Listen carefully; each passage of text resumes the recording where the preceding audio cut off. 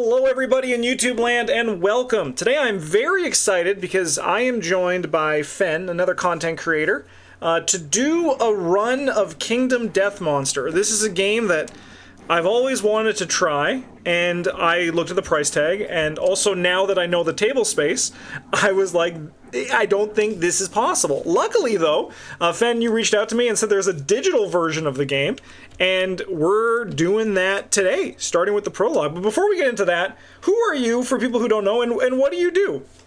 Hi, so my name's Fen. I've been a board game content creator for since 2017, I think, 16, 17, and mostly focused on Kingdom Death, but also part of a podcast as well that does like more general kind of board games. I have a YouTube channel which hopefully I'll talk about boss battling games in general, but at the moment it's pretty much exclusively Kingdom Death content. That's called Boss Battling with Fen. And then I do a lot of written stuff over on my Patreon, which is Fen Paints. And that's the same for my Instagram. I kind of do a dabble in all of that kind of stuff. Miniatures board gamer. Sick. I have a link to all these down in the video description. That's why I was pointing down for everyone who was watching. I think are we good to dive in? I can read the prologue? Absolutely. Take it away. Right. It's story time. Once upon a time, there was a place of carved stone faces. A man with a lantern lay sleeping a dreamless sleep. The man knew nothing. How do I flip? Q&E. Q&E, thank you. It's my first time opening a book in real life. Oh no, it looks like he woke up. One day the man woke up. He rubbed the dried ink caked over his eyes and opened them. Around him he saw other people stirring, and beyond, a horizon of unbroken darkness.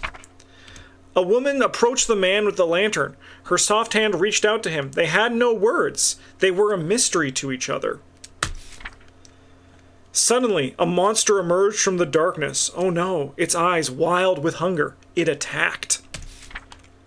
The people were no match for the monster. It tore their flesh and crushed their bones between its teeth. Some it devoured whole. By the way, we did a test version of this where we did the prologue. This was talking about our original group of 4 survivors. They did not do well against this guy. They tried their best. They did try their best. Overcome with terror and grief, the man with the lantern collapsed to the ground. Cold stone noses pushed into his side. There was no escape. Oopsie. Oh, I'm rotating the book. There we go. Speaking of rotating. But the man did not die. He did not want to die. Desperately grasping the cold stone faces, he felt a crack, tore at it with all his might. A piece of stone came free. It was sharp and deadly. The man with the lantern scrambled to his feet, his weapon clenched in his fist. He took a deep breath and roared into the darkness. Somewhere in the place of stone faces, nameless men and women stand together. They have nothing but a need to survive and a lantern to light their struggle. That's us. Let's go! All right. So, first things first, we've got to name these four poor souls. Yeah. And you suggested, which I think is a great idea, we're going to name them after Arkham investigators. Yep. So, what do you reckon? Some of the original. Yeah, I'll go rolling in skids. For mine. I'll take Daisy, and it's Agnes, isn't it? Yes, yeah. And we gain 1 survival when we do that, right? Yep, we gain 1 survival, which gives us a dodge. Access to 1 dodge for the whole fight, for the showdown. Also, for people, we're not going to teach the game as we play, but we'll kind of talk through mechanics if this is your first time watching. The general gist of this game is it's a boss battler, so we're going to battle a boss, and then we're going to do some survival camp stuff as well. Yeah, some settlement management. Yeah. Yeah, and that's like the one-word description for it. Okay. Yep. All right. Well, so. Unfortunately, most of the time, the monster gets to go first.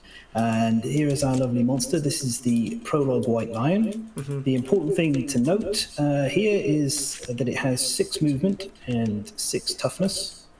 And on the start of its turn, it'll draw an AI card and attack. Before we do that, we need to decide who is going to be the monster controller for the very first turn? Should we choose Daisy? Because she would be in, like, she's probably going to be the target, and then you can get some insanity. Yep, sure. Absolutely. Right, so begin with Daisy. The monster controller will then pass around between the 4 survivors in clockwise order. Sweet. Right, okay, so I draw the first card. This is always set to be the claw. Alright, so how it works is they go from top to bottom checking for the threat, and when it hit one, it does that. If it doesn't, it goes to the next one. So closest threat facing in range. Speed is the number of dice it rolls. Accuracy is what it needs to hit, and then the damage is 1. Yeah, so the monster's facing is the line from the very front of its base across the entire showdown board. So it's all of this. There is only one survivor in the monster's facing. That is indeed Daisy. So Daisy's going to be the target. As a compensation for that, Daisy gains 1 insanity. Insanity is mostly a good thing in this. It protects your brain from more severe trauma. This never came up, but I just noticed now, if your insanity is 3+, you're insane. Is going insane bad, or is that good? Is it a bit of both? It's a bit of both. All right, it's basically, it doesn't do anything, but sometimes things reference it, and that can be bad or good. Okay, cool. Nice. Yeah. Right, so as a monster controller, I get to decide how the monster moves as long as I follow the rules. It needs to take the shortest route possible. I've got 2 choices, so I'm going to have the lion come over here, and then it turns to face her. Perfect. Like so. Nice. Right, and then it's going to make its attack, so this is 2 speed, 2+ accuracy.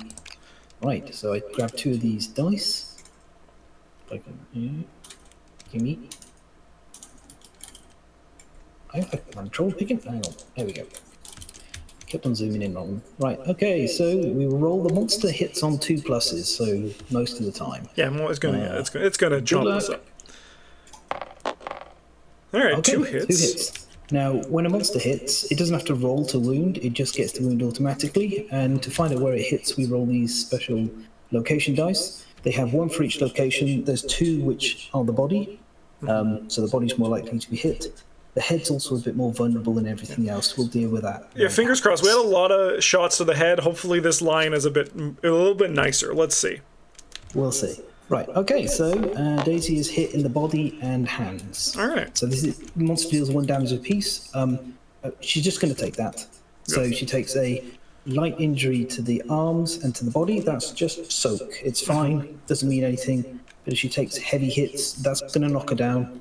And after that, we're dealing with severe injuries. Which are not nice. No, they're not. Okay, well, there we are. So that's the monster's... We've completed the card. That's the monster's turn done. Nice. So it's our turn. So I know the first one's set, so the lion's not going to charge. But I do know that we don't want anyone standing in front. So in that case, Daisy would generally be good to go first if we didn't know what the top card was, right? Yeah. Daisy could go first anyway. Yeah, let's do it. Yeah, so I'm going to rotate around to this side. Yeah. And then I'll attack. So I've got 2 things to attack with. We can attack with our fist and tooth, which is always available, or we can attack with the founding stone. So I'm going to use the founding stone. The top left corner explains the stats. Top one is speed, that's number of dice a roll. Accuracy, what results cause a hit. And the bottom one is strength, which I add to my wounding roll. As mentioned, the white lion has a toughness of 6, so I'm going to be rolling 1d10 and adding +1 to it for each hit. But we'll deal with all that because I've got a hit in the first. Yeah, we have to actually do that part of it. 7s for her. Nice. Scored 2 hits. 2 hits. Let's go. Okay. So we draw 2 cards. Right, now when you've drawn multiple hit locations, you can choose which order to resolve them in. These are both... I'm going to take the beast's flank first. Sure. Right, so I'll roll the dice, and I need to get 6 total, so 5+ will be a wound. That is a critical. That's a crit hit. Let's go. Okay, so this is huge. The white lion gets knocked down. What the frick? That's crazy. I know this is a bit different to how it went previously. Daisy's come up. She's rocking the She's fight. just as good in Kingdom Death as she is in Arkham. Yeah. So what happens when a monster takes a wound is we actually take an AI card away from it. Nice. And put it into the wound stack. Yep. You're not supposed to see what they are. Unfortunately, the simulator still flips the cards up automatically, so we gotta live with that. Yeah, we just won't register. I mean, it'll be foreign to me. I won't register the information, so that's nice. I avert my eyes while doing it as best I can. Now, the really big thing about this knockdown, if you look on the card, when a monster is knocked down, all reactions are cancelled and all hit rolls succeed on a 3+. Holy crap! And does it get up at the start of its turn? It gets up at the start of its turn, yeah. So it still is going to activate, unlike us if we got knocked down in the monster phase, but we just get this huge advantage of +3 to everything. Yeah. That's huge. It's hitting on a 3+. Let's go. And any reactions, they're not going to trigger. Perfect. Right, I'll roll for my second card. I don't have to worry about this failure reaction now. It's a wound as well. Nice. Wow, okay. I should name all survivors Daisy at this like rate. freaking night and day. Okay, so Daisy's moved. Daisy's spent her lightning bolt, her activation, so she's done. All right, how about let's do Roland next. So I know he does the order of where they're looking doesn't really matter for these guys, but he's gonna look at it because it just looks nicer. Yeah, it does. Yeah. I think Roland's just gonna swing. Yep, he hits on 3+. Holy cow. The monster doesn't have a blind spot, which is a mechanic we'll explain when the monster's back on his feet. 2 hits. So we get one of these. Just gonna rotate them for camera. Yep. All right, and they don't care about reactions, right? Nope. You can consider the reactions blank. Yeah. All right. Well, let's go for this scapular deltoid then, because I remember this one, and this one was a nightmare. 5. So that's a hit. It's a wound. +1 for the founding stone. Yes. Yeah. Because you need to get. Is it still 6, or does the knockdown also work for that? You still need to get a total of 6. Yeah. Okay. So on the hit, it's only 3, but we also ignore the retaliates. Yeah. So okay. Yes. All right. Let's do this one. Huge. Yep. Awesome. Oh, that seems like a much better start. That's like as close to as good a start as you could ever hope for. Really. I honestly can't imagine something better. I mean, it could be better. Maybe we have two more investigators that go that also hit. Yep. Agnes or Skids? Does it really matter? Agnes is going to go. I'm going to move to here. Yeah. And I'm going to take advantage of the fact that it's easy to hit, and I'm going to attack with Fist and Tooth. Oh, hell yeah. I'm less likely to wound, because it's 0 strength instead of 1, but I can score a critical wound on a 9 or a 10. I get +1 luck, that's the deadly. Yes, the deadly, yeah. So I'm just taking advantage of the fact that we've got a good chance of hitting, and I don't have to worry about failed reactions, and the fact that we've done really well. Like, we've taken so many wounds off already, we're definitely ahead. Yeah. So let's see what we get. 2 hits. Nice. Okay. Okay, nice. So, doesn't really matter which one I do, really. These are actually very similar. I'll take the beats ribs first, though, because if I crit that, it'll have a little bit of an advantage for the second one. Okay. So 9 or 10 is a crit. No, but a 6 is exactly enough for a wound. Yeah, because you don't get the +1 on this one. I don't. No. And then we'll go for the ear. 8, just short of a crit. But still a wound. Still a wound, yeah. All right. Well, I'm gonna, follow your lead, and I'm gonna do the same thing with Skids. Okay. Good luck, Skids. All right. 2 of these hit on a 3. 2 hits. Yep. Get out of here, die. Oh, thank you. All right. Let's look at these cards. So, I'm not on the critical wound, gain 1 Lion Testes resource. All right. I mean, it doesn't matter, but I'm going to go for the fuzzy groin first. Sure. All right. So, we got a 9 or 10. Nope. No wound. Nope. That's a fail. All right. Let's go for the beast brow. Ooh! So he's going to get a -1 accuracy token. Yep, I'll grab that from the box. Perfect. And then this goes. Does this go here to represent that, or no? No, because it goes back. No. Yeah, the token is going to represent it. Yeah. So all tokens look like this, and they're double-sided. So boom. It now has -1 to hit. Nice. It also only has 1 move left. Let's go. That's like, yeah, it could not be better. Yeah, I was expecting this fight to take a bit longer than it does. But we've all been, so the line gets to have its go. So pass on the monster controller to Agnes. Right, and we know that the lion's going to claw, because that's the only thing it's got, so it stands up. Also, for people who want to know how you beat them, you have to get rid of all their wounds and then deal a final blow.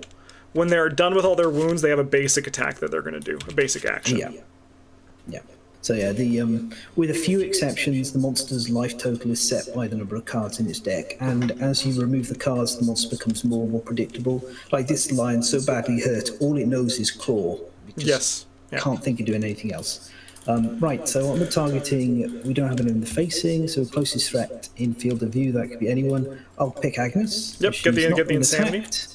Here, a few questions as well, because this is going good, and this is a good time for me to learn, because I'm also still learning. I even though like it's going really smooth and we're going really quickly, I'm still learning. Does survival and insanity carry over, or do those get healed at the end? They do carry over, yes. Okay, cool. And in both cases, they're only gained or replenished under specific circumstances. Interesting. Yeah. All right. Right. Okay. So. Lion gets its claw, 2 speed, 3 then plus accuracy. So now it's 3+ to hit, so he misses on a 2 or 1. Okay, cool. It's 1 hit. And we'll check that location. Agnes is hit in the body. Let's go. She can take that, so she takes her first point of damage in the body. Yep. A light injury. She's good to go. All right. So we have 2 people who are in front of the lion. Yeah. Do we maybe want Agnes to go first? Because if he does move, it's okay if Roland here takes a little bit. Yeah, Agnes will wheel round 5 to the rear then. Nice. To get that. So this is the first time it's kind of been relevant. The monster has a blind spot. It's set in the showdown page, but for the lion, it's 2 spaces behind it. The advantage of attacking from the blind spot is you get +1 accuracy. Nice. This is going so well. I'm going to punch again. Sure. Because we've got time, and punches can sometimes generate extra resources, as you saw from the fuzzy groin. Yes, yeah. Here we go. Hitting on 7s. That's 1 hit. 1 hit.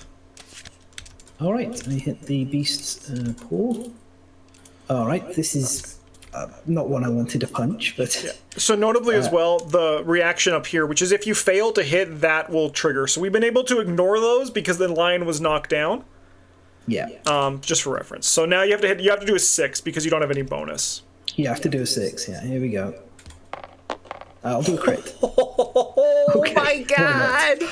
Okay, so the monster is getting a -1 movement token and a lion claw white lion resource. So every monster has a resource deck. It's unique to that particular monster. This is the white lions. Here has a crest on the back, and this is what I've knocked off it. Incredible. Man. Right, so technically Agnes has this. Yep. It does matter in some cases. Right, and I need to take that away as a wound. And then this one's persistent, so this one stays, right? Yep. It can't grab anymore. We don't have to worry about... And -1 movement token, too. Yeah, I'll grab it just in case. Yep. Yeah. I'm not sure this line is 1 hit away from death, but there it is. Wow. Okay. I think Roland should go next. Sure. Because you can't move through other people, so I can go 1, 2, 3, 4. Yeah. I want to do this. And then we're going to hit... So I hit on a 6? 7 with Founding Stone. Right, yeah. This one is that. Toughness is only for when you're... Alright. Hook me up. No miss. No hits, so that's me. No hits. Okay. Right. I'll try another cheeky punch then. Go for it. It's easy. I mean, she's been MVP so far. Yep. She can do it again, okay, I believe. Hit on 7s. Yep. 1 hit. Okay. And the beast's back. All right. So failure will make it run forward. Let's see. 2. That is a fail. Okay. So it's going to full move forward in a straight line, which is, and if anyone was in the way, they would get grabbed. It also cancels any remaining hits, but I don't have any other hits. I've only hit once. Yeah. Interestingly, it's not going to get out of reach of skids. 1, Yes. 2, 3, 4, because it can only move 5 now. Which is kind of what we were we were hoping for. I imagine both of us were thinking that. That's why Daisy went there. Well, I was hoping to just kill it and generate a resource, but yeah, no, that's fair. That's fair. I was looking at it a little bit like this is Skid's day. 1, Yes. 2, 3. Can Skid do it? I mean, I think things are still good. That I think I'm also going to do the punch. Yeah. I don't see. I like this harvest resource idea, or like just have a good time. 1 hit. Perfect hit. Yeah. This line's gonna just keep going. All right, so It's either dying or running away. Yeah. Yeah. So I need to roll 6 or higher here. Nope. No. Okay. So it runs forward, and I have to remind myself monsters on the edge of the board. I can't remember if they stop or not. I know when they're on the edge of the board, they start moving around. It's one of those things I should know, and I never hold in my head. Yeah. There's more important things to remember. Yeah.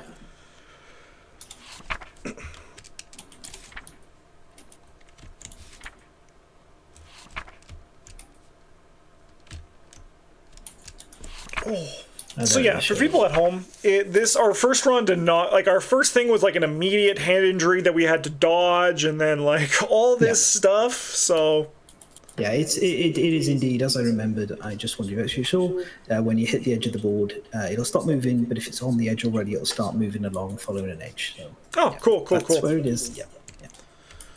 All right, and that's everybody. So we passed monster controller. Yep. And now we just have basic attacks. So closest survivor and field of view, because there's no target, he sniffs instead. No, field of view is everywhere. Field of view is everywhere. It's skids, yeah. It's coming for skids. That's right, yeah. Would skids get an insanity here? He's the monster controller, so yes. Yes, perfect. Awesome. Give me one of them. All right. So he hits on a 3 or higher. It's 2 hits. Yep. He hits 2 foot.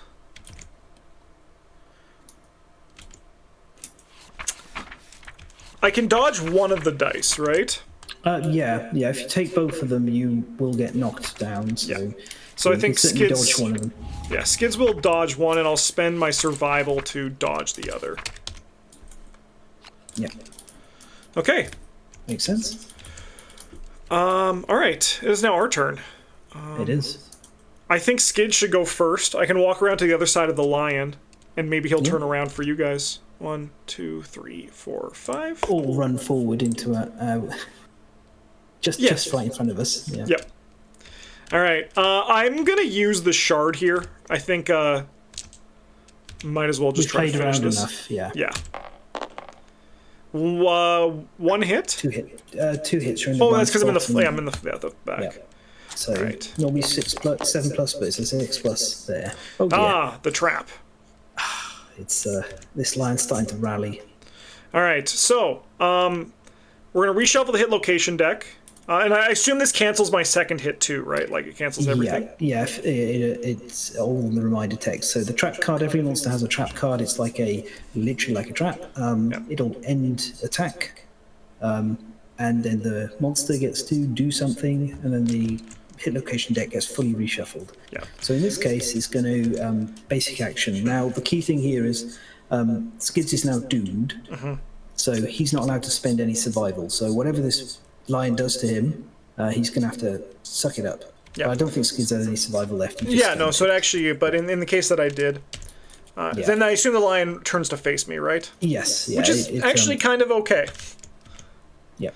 Yeah, so Right. also if you know Arkham, this or even Gloomhaven, this is like the auto fail or the critical miss. Like that's kind of like how you can kind of relate to this. It's just not good. You're never happy when you see it.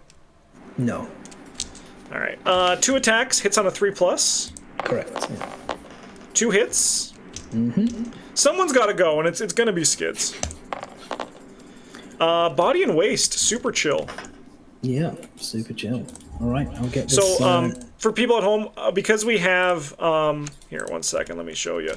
We have this cloth, we have 1 armor on our waist, which means that eats the first point of damage that you would take there. So this goes to 0. Yeah. And then, and then any further would go to wounds as normal to locations. Yeah. All right. Okay. Well, does Roland want to get in there? Yeah, sure. Roland can go. I think I'll leave. What's our movement? Our movement is 5? 5, yeah. So I'll just go up here to leave the back for you guys. Yeah. All right. Hit on a 7+. 2 misses. 2 misses. Okay. Well, we'll send in Daisy. All right, Daisy. I mean, we had such an explosive start. It can't go. We did. Yeah, they're running out of fumes. Yeah. Running on fumes, I should say. Yep. Okay. I'm going to use Founding Stone for attacking. Yeah. And miss. All right. Okay. Agnes, please. This line doesn't want to die. Yeah, you can do it, Agnes. Let's go. Nope. All right. No. It's getting another go. All right. This is going to go to Roland. And because it's field of view, I could target Roland, right? Yeah, all of them. Yep, so you can target Roland. Yeah. All right, let's do Roland. I want that insanity. Give it to me. 2, it hits on a 3+. 2 hits. And it's going for head. No. Holy cow. Well, I'm going to dodge one of them. Yeah. All right. So the head's extra scary because it doesn't have a light injury box. It only has a heavy, which means first hit you get knocked down. Yeah, so we're going to get knocked anything down. after that. Yeah. All right. Well, Roland's going to miss this phase. Yes. Is this going to turn around with a lion killing us here? I really hope it does. That would actually be pretty funny. All right. How about Skids goes? Sure. No, actually, one of Daisy or Agnes should go because Skids can get to this side of the line if he does turn a little bit easier than they could. All right. I'll send Daisy in then. Hell yeah. Go, Daisy, go. Come on, Founding Stone attack. 2 hits? 2 hits. All right. Okay. That one doesn't have a reaction on it. So, they both don't. Let's see which ones. Right, I'll take the straining neck. Nice, all right. Okay, so 6. 5+. 4 fails. Okay. Try the other one then. Beast's knee. 5+. It's Finally. dead! We did it! We weren't defeated! Yeah. Okay. I was starting to doubt a little then, for a moment. Honestly, I like when things go wrong, but I was starting to be like, oh no, this is gonna... As long as I was like, I hope no one gets a permanent injury was kind of what I was hoping. Yeah. I mean, that would have been the lion would have been the hero of the story if it had come back from that. Oh, definitely. Yeah. All right, Okay. so yeah, we won. So what happens here? Right, so we're victorious, and we scavenge the lion's corpse. We earn resources. This is in addition to any we got from critical wounds during the showdown. We get 4 white lion resources and 4 basic resources. All right.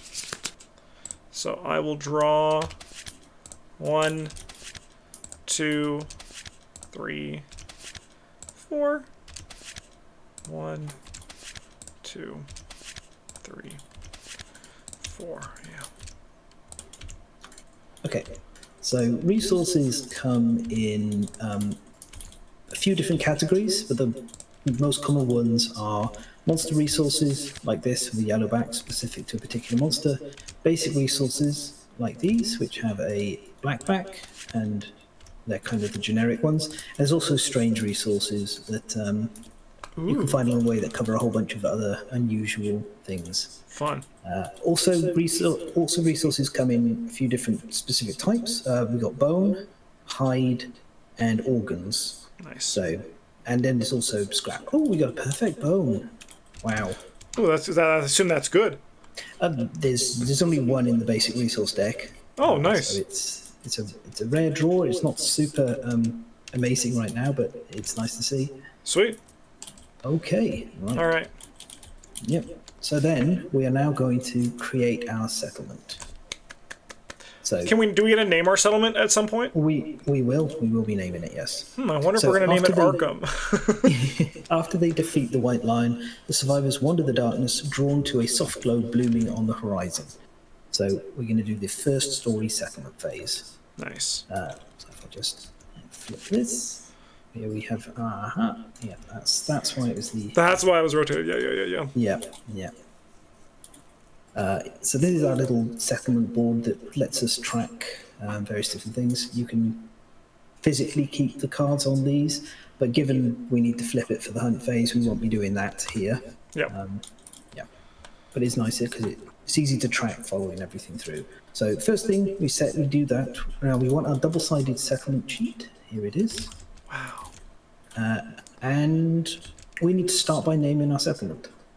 I think Arkham's pretty good. Yeah. All right, Absolutely. Arkham. All right. Okay. So when the settlement is named for the first time, returning survivors gain +1 survival. So everyone will get 1 survival? Yeah. Nice. The survival limit is 1. So So it's just like a refresh of our survival. it's just a refresh, yeah. So no one gets it, and everyone else didn't have to spend it, which is nice. Next up, we gain a thing called endeavors. So each returning survivor generates 1 endeavor. The best way to think of endeavors is like workers in a working placement game. And we get 4 of them. We do. That's great because in your example of this one, we only had 2. So wow. Yeah. So grab those down. We'll keep these 4 out. I tend, when I play, is I like when I spend them, I put them back onto this little pile, which reminds me that they've been used. Okay, and next up, we update the timeline. So the extinguishing of a single lantern in the lantern horde happens regularly. This is how survivors track passage of time. It's called a lantern year. So go to the sheet, update it by checking off the first lantern year on the timeline. Bing. All right, we're 1 year into the campaign. And we have to draw a settlement event each lantern year, which is what the SE mark there is. It's set specifically for this campaign, for every campaign, I should say, with this first story day. card. All right. I'll read it for them at home. Yep. All right. Oopsie, let me just zoom that in. All right, the first day of the settlement event will help set up your settlement. It's the first event of any new campaign. The survivors wander, drawn to a blooming light in the distance. They find the serene comfort of a towering pile of lanterns and a small collection of scared people. On a deep, instinctual level, they know this area is safe and they make it their home. Roll 1d10 to determine your starting population and record the result on the back of the settlement record sheet. Choose and record genders for unnamed survivors. You may name an unnamed survivor and create their survivor record sheet at any time during the settlement phase. So we're going to roll a d10 here. So let me grab one of those. And wish us luck, everybody. 7. So we're going to get 10 unnamed survivors plus returning survivors.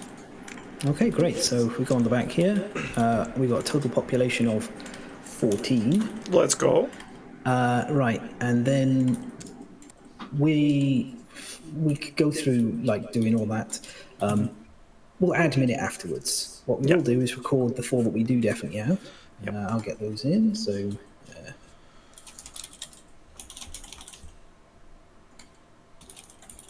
Wow, it's Skids, Roland, Agnes, and Daisy.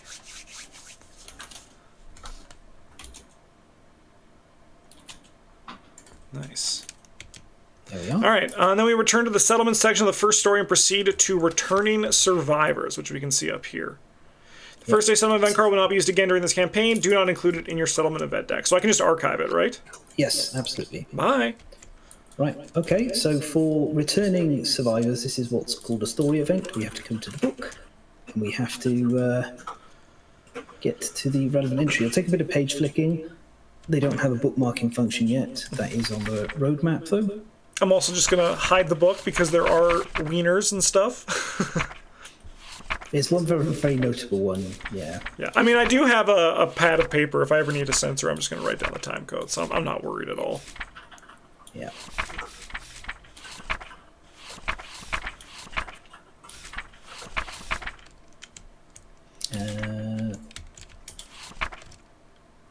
One more? No, other way.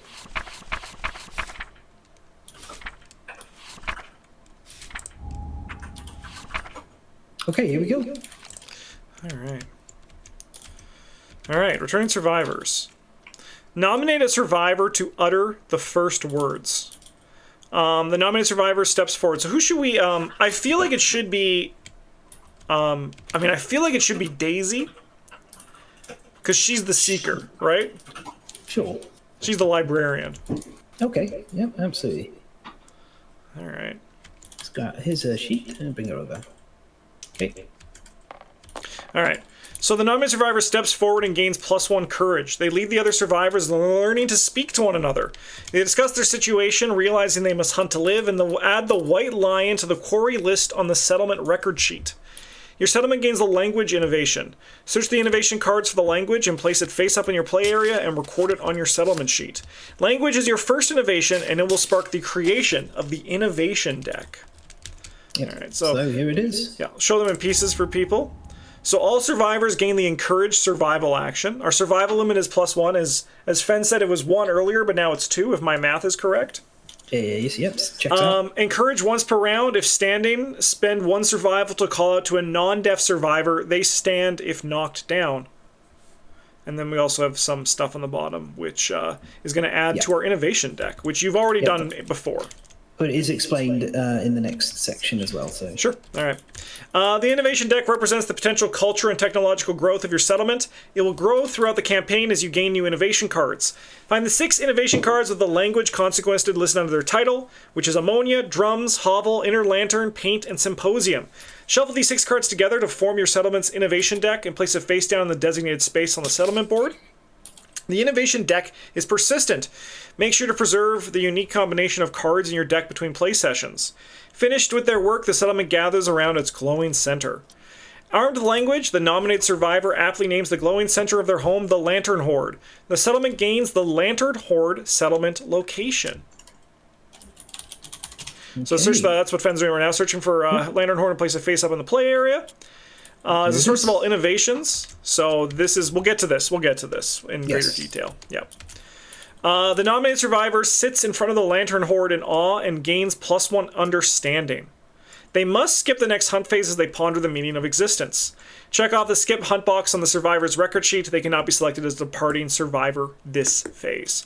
And then we return to the first story to complete the settlement phase.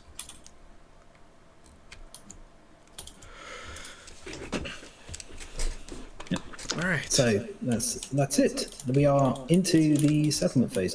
I'm just going to put Daisy over here, so don't get confused. She's pondering existence. Yeah, she's she's dealing with some shit. Yes. So we have all these resources. We have these endeavors, and we have currently exactly 1 lantern, one location, the Lantern Horde, which has a number of different endeavors slots. Mm-hmm. So the top one involves spending an endeavor and 1 of each type of resource, bone, organ, and hide. To draw innovation cards, you keep 1, you return the other to the deck. The rest of these involve building new settlement locations. Yeah. So I'm letting you be the lead on this. I'll advise if you want, but I think it's more fun to explore. Oh, yeah. Everything as you go. A question, I assume it's good to innovate, right? Yeah, innovating gives you access to more technology and more options and everything like that. Yeah. I mean, I could get very detailed into it, but I'll give you the answer. Yeah, give me the kindergarten answer. If it's just which is generally yes. Is what I'm getting is generally yes. There's times where I imagine your resources are better spent elsewhere. That's what I'm in and ahhing about. Yeah. Is You're thinking that, so you're thinking pushing the maybe we button. buy, like, we can buy weapons and armor with the, like, the hide and bone instead. I think you might want to look at build the locations you're interested in first, and then decide if you want to push the shiny button. Sweet. All right, we'll build the afterwards. bonesmith and the skinnery. Okay, right. So you put those two endeavors. If you pop them out of the way, great. So bonesmith and skinnery.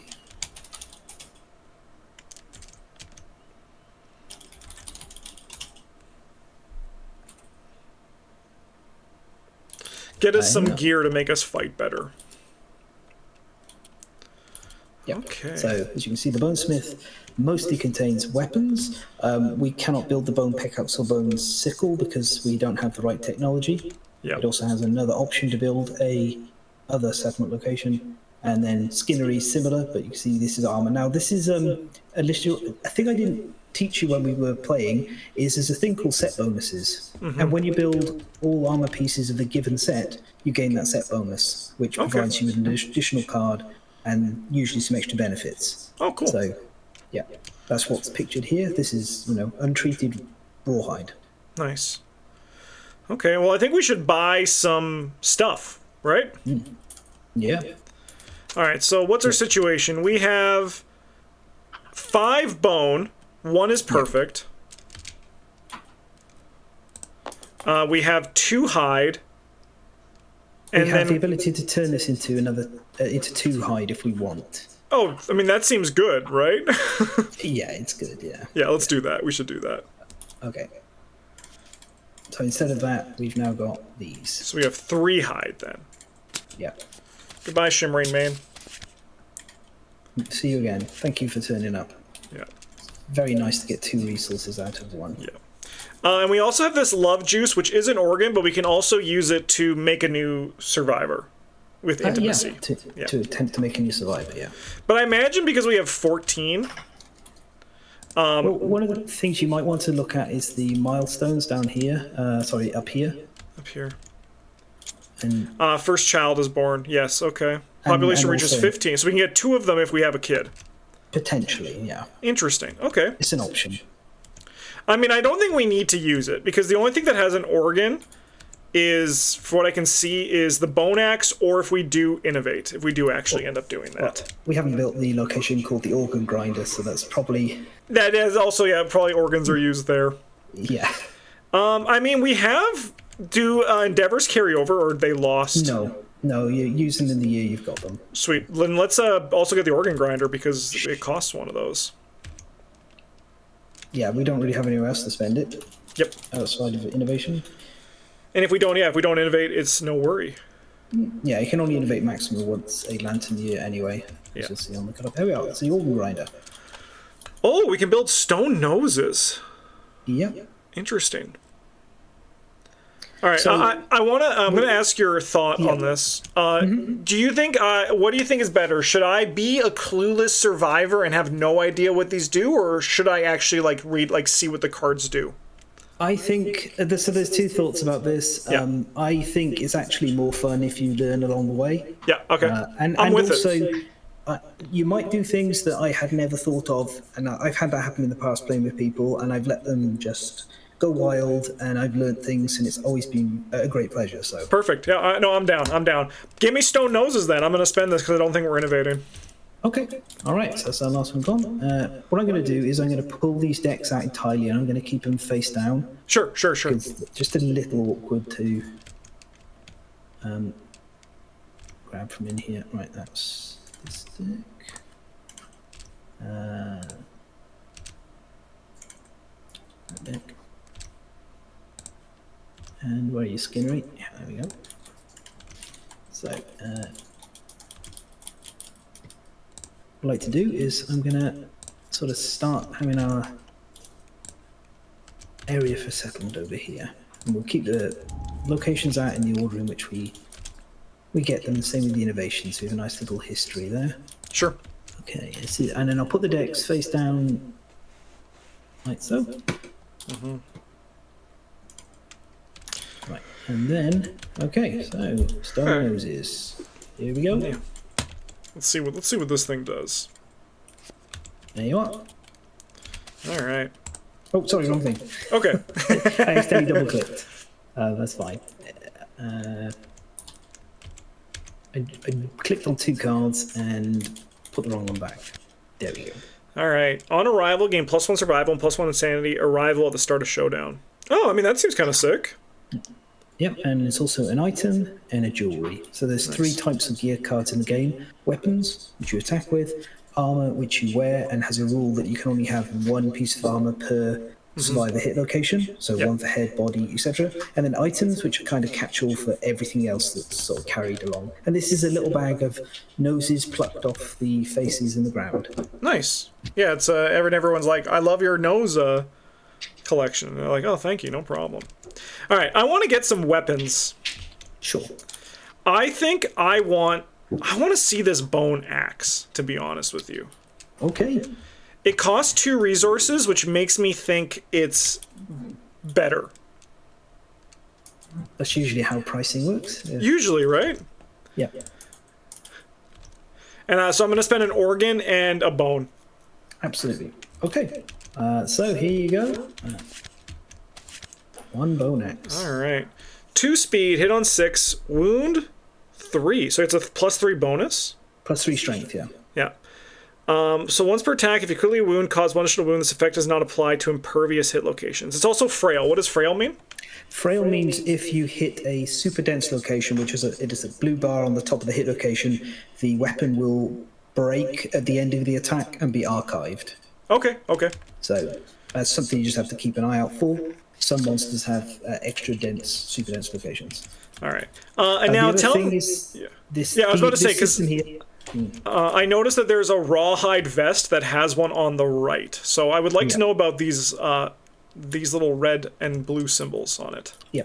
So there are these are called affinities. There's 3 different colors: blue, red, and green. They roughly approximate to aggression, mind, and body-ish, rough as the fields. What happens is you place these on your gear grid and you arrange them around, and if you connect to the same color, you get a full affinity. And then some things ask you to have those affinities, and then they give you extra bonuses. So it's a little spatial puzzle. You'll see as you go along. I mean, if you want, you can have a vest and have a look what it looks like. Yeah, I think I actually want to start with. I want a headband. I want to start with a headband first. You want a headband? Yeah, just a headband for now? Just because I'm going to go them one by one. I just want to kind of like see, and I imagine it's going to be like the waist, but I am curious. All right. Blue affinity. I assume that's what that means. Yeah, so that means specifically the blue affinity on this card has to be connected to another blue affinity. Okay. If it was anywhere on your gear grid, it would just be a blue square. Okay. And reveal the top 2 AI, place them back, and this is 1 armor for the head in the top left, right? Yeah. All right, that is good. Departing, That is good. Yeah, you know what? Give me the vest too. Sure. Okay. Spend another hide. And here comes the rawhide vest. Wow. All right. +1 evasion. Okay. So we could like absolutely kit 1 person out with these 3, and like they're getting all the synergies here. Yes, absolutely. All right.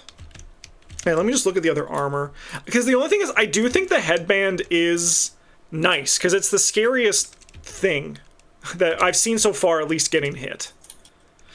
Question as well. Do Roland and Skids heal the damage they've taken? And yes. They do? Yeah. You clear all of that off, you reset your armor points, and you'll calculate new totals when departing. Sick, okay. All right, I've seen the bone blade. I know that. I mean, I think we want to get like a nice. Can we bring multiple weapons? Yeah. Yeah, but only 1 of each armor. Yeah. You can carry as many weapons in your gear grid as you'd like. Yeah. If you have duplicate weapons, then the second copy is essentially almost blanked entirely. I'll explain that when when you get to it. But for the most part, each survivor needs maybe one weapon, and they can have a backup if needed. If needed. You've Yeah. always. All right. Well, I mean, I want to see the bone dagger. Give me one of them. And also, I mean, I liked the bone blade. Bring that out too. And then I'm going to see which one of these I'll probably grab. I'm spending all of our stuff. I don't know if that's good or bad, but It's good. Get spending. I'm gonna make a little executive decision here. Sure. We're getting a set of bone darts. Okay, sure. Hell yeah, that could be our last bone because we have one more bone. Yeah. I'm super down for that. There you are. These are our. Yeah, you'll have to. I like only play melee in any weapon, any game I play. So you'll definitely need to push me onto stuff. All right. Yep. So frail. This one is just frail. 262. The bone dagger 371 on perfect hit gain +1 survival. Okay. And bone darts 173. Range 6. Nice. I mean, range does seem really nice. Yeah. Yeah. All right. Now I've kind of inferred a little bit of stuff, but I'm gonna ask you for the last one. If we bought one more armor, should we get another headband to protect the head, or is something else better? It's usually better to kit out one person fully in armor because of the armor set bonus. Okay. And also that person can like soak it up, take the role of a guardian, so to speak. Sure. Let's get some boots then. Yep. You can wear the loincloth. Yep. So boots. Okay. Several high boots. Yep. Here we go. And then I'm gonna save this perfect bone because it makes me feel fulfilled. If you've seen Uncut Gems, when Adam Sandler's looking at the gem, that's how I feel when I see that perfect bone. That's fair. All right. When you depart, gain +1 survival. Ooh. Okay. Interesting. All right. So is that then? That is. What's next? We're pretty much spent up. So we would be down to setting up gear grids and preparing for departing to hunt another quarry. And we choose a quarry and level. Our only available quarry is the white lion. Yeah. And we would choose a level 1 white lion because I'm not insane. Yes. Yep. Yeah. That seems good. Yep. Which I assume for looking at this is the level for them. Yep. So the last question is: do you want to save this love juice or do you want to pop it? Let's use it. Let's use it. Okay, all right. So we're going to use it for intimacy. So that's another story event. Notably, the lion at level 1 has an 8 toughness. Holy cow. It does, yeah. It's quite a jump. Okay, here we are. Right, so you can read away. Right. All right. Nominate one consenting male and one consenting female survival to roll on the intimacy table below. Well, let's go with, let's go Roland and Agnes. Roland and Agnes, there we are. I ship it. Yeah, I'm also shipping it. The first time your settlement gives birth to a new survivor, gain +1 from intimacy. The survivor spawn resistance. All right. So we're going to roll. Yeah. Okay, good luck. Thank you. 9. It's always nervous, that one. The settlement celebrates twice fortunate event. A pair of healthy newborn survivors enter the world. The settlement gains +2 population. Okay, we have 16 population, which means we've hit two milestones, which we will. Oh, look at that. Which is checked in step 6, but yeah, we do it. Here we are. Okay, first time. Right. So this is kind of fun. These two, I'm gonna Can I name these two? Yeah, of course, go for it. I want to name them from my favorite survivor pairing. Sure. They're going to be Wendy and Pete. I know Pete's not an investigator, but I was going to even say that allies are fair game too. Yeah, I often play Wendy and have Pete out, and we joke that like Wendy rides around on Pete's shoulders. Nice. Yeah. Yeah. Okay, so I'm going to pop them in next on the list. And sure. I'll be taking one of them out. Wendy and Pete. And while mechanically it doesn't make any difference, because I prefer to do this, I'm going to make a note of their parents. Yeah, sure, yeah, family tree it up, hell yeah, I'm down. It's kind of a not really like, I mean, like the game is a campaign, like it doesn't really have like legacy things. I mean, like it's a campaign game, so it's kind of his legacy. It just adds to that, right? It does. It does. It also, even though there's not mechanically any sort of concerns about inbreeding, I still prefer not to do it. Yeah. No, I support that. There we are. Okay, so we have twins. It's huge. Okay, so we are on to we're going to be hitting some principles. Yeah. So first child is born. Principle: new life. Yeah.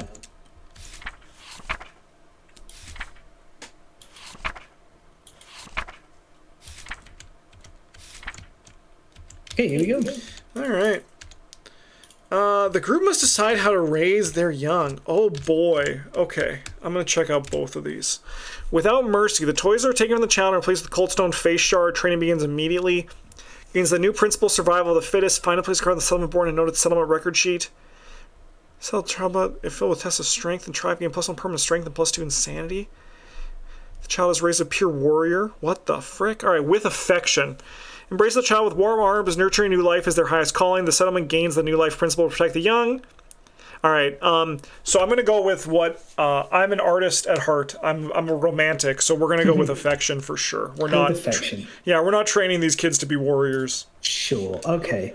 Right. So I'll go and get that. So we have our first principle, which is protect the young. And then after that, adding the card to the settlement. I'll roll the D10 and tell you once we're good for that.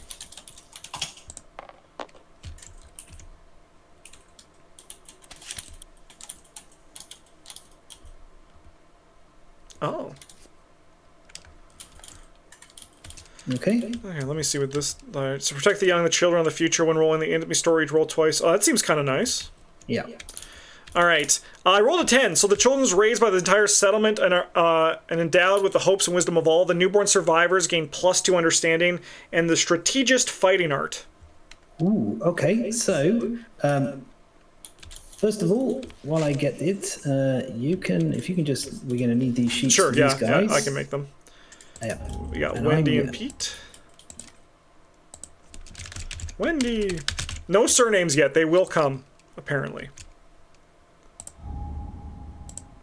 They just might not have the surname. Sorry, I guess we should go Peter, because there is a Pete. I mean, there's Ashcan, but I'll call him Peter. You're right. Even though I always call him Pete, so... It is Peter, yeah. I'll update that, too. Oh, Alright. Okay. I mean, what I also enjoy about what you do, like with this family tree stuff, is it makes you attached to your survivors, right? So when they die, which they will, I know they will. Yeah, it resonates more, right? Yeah, indeed. So this is something you also didn't really see. This is fighting art. So this is a deck of different abilities and things like that you can get, and when survivors level up, they'll tend to get some of these at random. The game's cooking, is what I'm learning. In this particular case, they get something very specific, which is they're both getting this. So I should write that under fighting arts, right? We don't even have to. If you pick it up and hover it over the sheet, because it just links it, yeah. Yeah, it will scribe it for you. Whoa! Cutscene? Cool. They both get it, which is like really good. Nice. What's the panel? Okay, give that a shuffle. I'm going to keep this on the side of the board from now on. So what does that do? I didn't see what the card does. Oh, sorry. No, it's all good. Yeah, I will read it out to you. Sweet. Okay, so strategist is during the showdown setup, after placing terrain, you may add either a giant stone face or a toppled pillar terrain card to the showdown board. So, because they're very good at strategy. We can get some obstacles to like hide behind or interact with. Yeah, neat. Absolutely. Yeah, I will be taking one of these out. So I'll take Wendy. Sure. And we'll just put Pete. We'll have a little. Yeah, I think Pete can stay back. Pete is a good survivor. Yes. Yeah. He's a. And then we also have to do the society principle, right? Yeah. So we've tick that. This here, I'll also tick that one too while I'm here. This principle of new life, we don't determine this again, right? This is just like when these first kids did our philosophy, or do we like? That's it. Yeah. This is the settlement has chosen how they're going to handle their children, and that's the way it is. So cool. Got healthcare for the young children and their parents. Right. Okay. And now, because we've reached 15 people already, which is really good, I'd say in the first Lantern year, we got to pick about a society. All right. There was once a mad woman who spent her days talking to the darkness. One day it spoke back. The group must choose collective toil. Tainted by darkness, the survivor nearly brought ruin to the settlement on the day of her exile. The people decided they all must spend equal time hunting and working to avoid future disasters. -1 population, and add Bone Witch to the timeline 3 years from now. Interesting. The settlement gains the society principle of collective toil. Find and place the card on the settlement board. Interesting. Accept darkness. The darkness spoke startling truths. It told the people they were monsters just like the ones they hunted. The people accept their monstrosity and then they're placed stalking in the darkness. So we gain this accept darkness principle and find and place the card on the settlement board noted in a thing after adding to the settlement. Okay. Interesting. So I'm going to look at the whole thing now that I can kind of see. I'm also looking at the positives here. So nominate 4 survivors. Each gains 10 sanity on a 1 to 5. On a 6 to 10, nominate field survivor. If you can't nominate male instead, the survivor is held as the settlement's leader. Gain the quixotic disorder? Chaotic.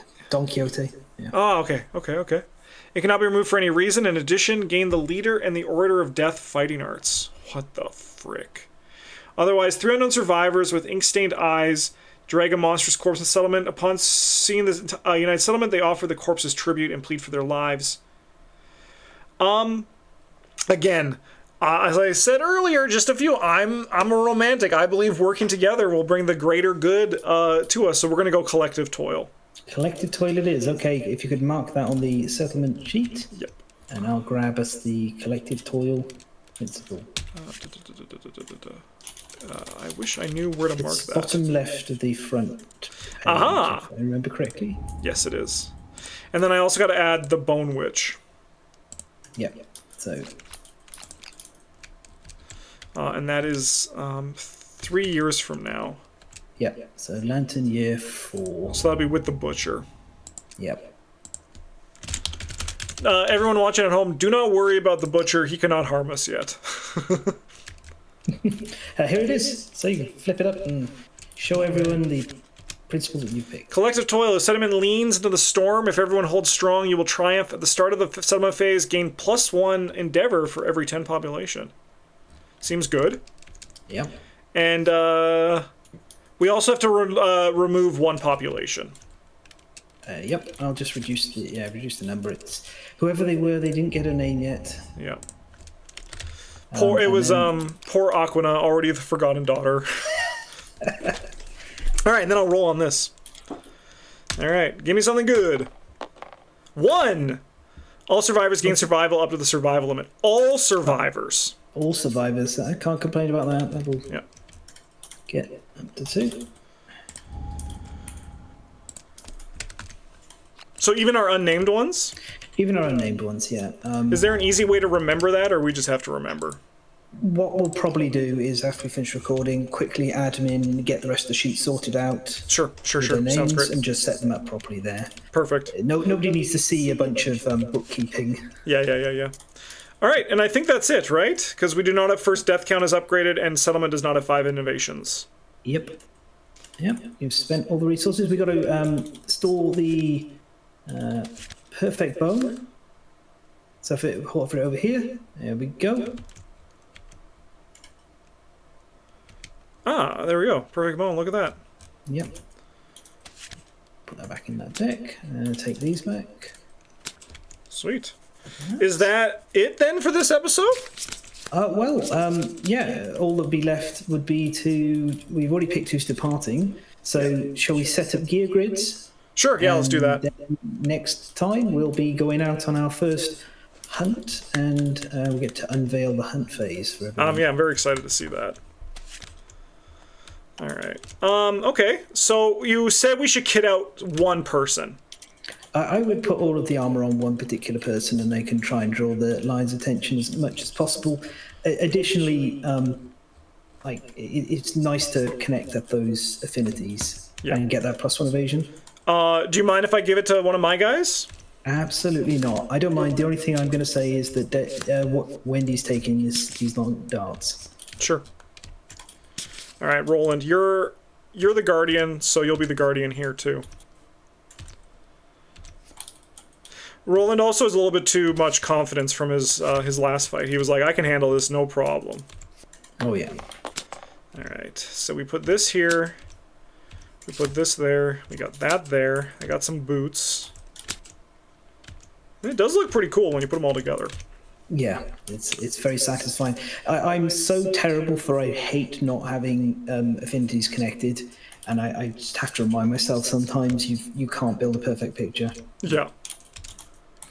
Do you have a preference for bone, dagger, or blade? Not at all. You choose. It's absolutely fine. I'll take the blade because Skids can play katana, and there's a Spirit of Thame, so Agnes can take that. Sure. Agnes. Yeah. Yeah, because Wendy has the darts, right? Wendy has the darts. Hell yeah. That's good too, because we can keep her at a distance. Yeah. Sweet. So there's also another reason for it that I'll explain, and you'll see in our next session.